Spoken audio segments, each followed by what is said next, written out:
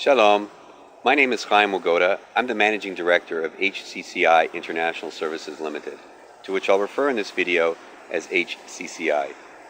HCCI was formed by Israelis that made Aliyah to assist those coming to Israel to utilize the Israeli tax incentives offered to Olim Chadashim. HCCI has teamed up with Shin Horowitz & Company, one of Israel's leading law firms, to advise those people on both domestic and international financial and tax planning strategies. The Israel Business Connection has asked me to speak to you today about the more salient financial considerations of making Aliyah from both the United States and from Canada.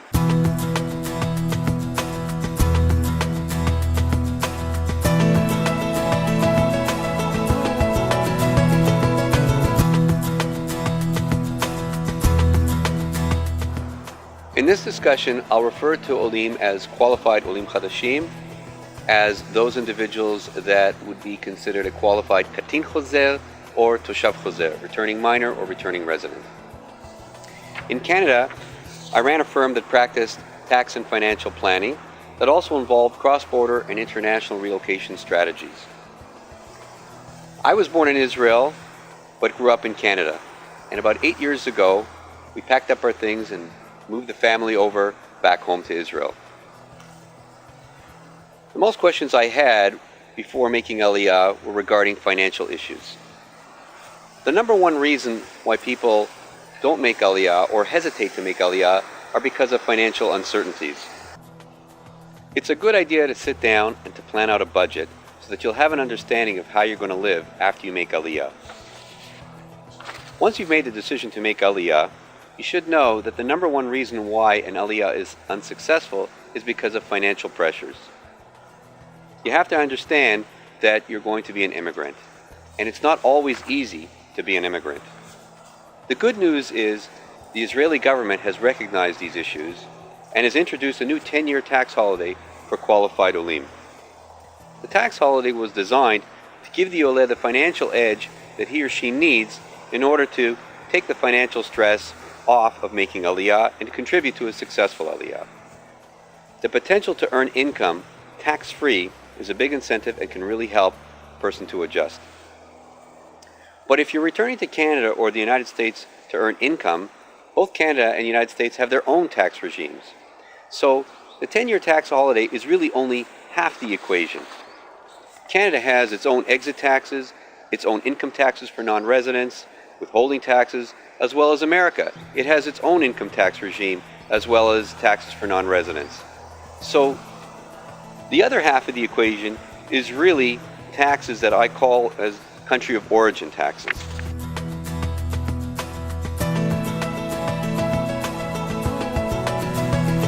Let's start by looking at some examples, and we'll begin with the U.S. Oleh. Typically, when you make Aliyah and move outside of the United States, you will not be subject to state taxes, but you will continue to be subject to federal taxes.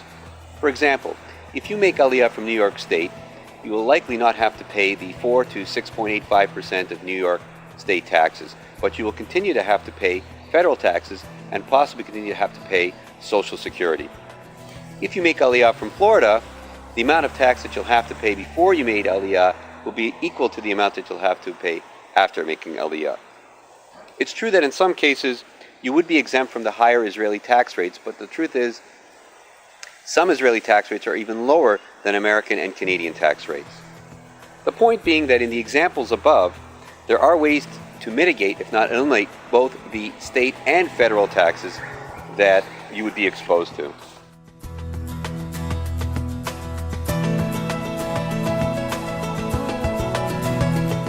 Another common example for the U.S. Oleh, I can best describe in a situation where an individual receives an inheritance from his parents, and we'll assume that the parents paid a hefty U.S. estate tax bill. What's important to note is that Israel does not have any accommodation for U.S. estate taxes paid, and therefore you run the risk of paying double taxation. Careful planning is important in this type of situation. Let's turn to the Canadian Oleh for a moment.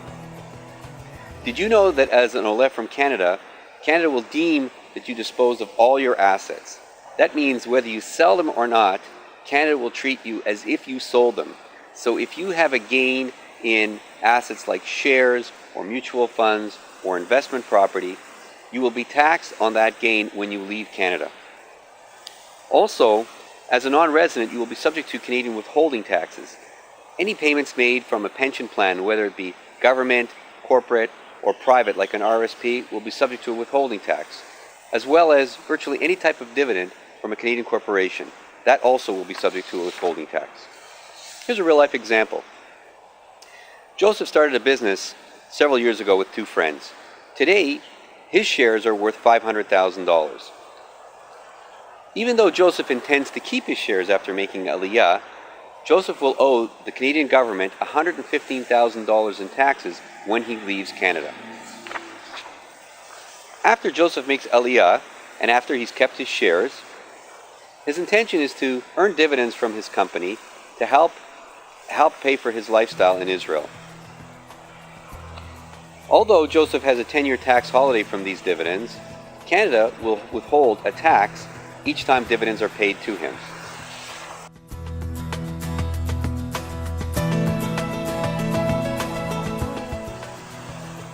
What does this mean by way of taxes? Let's have a closer look. Let's say that Joseph's share of corporate income is $25,000. The corporation will be required to pay taxes of a little over $4,000.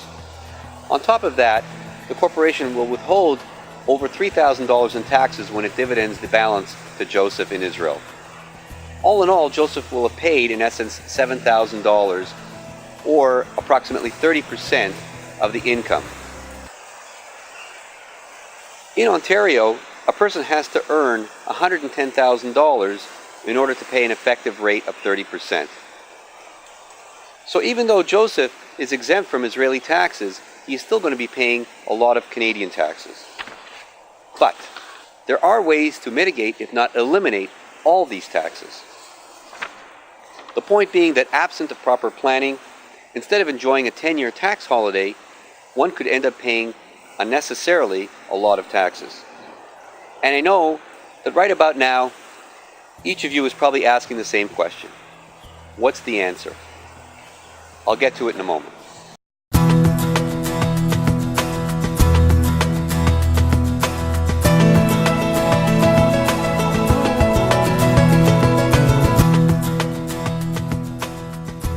I think that we can agree, though, that the 10-year tax holiday plus minimizing taxes from your country of origin equal a better chance for a successful Aliyah.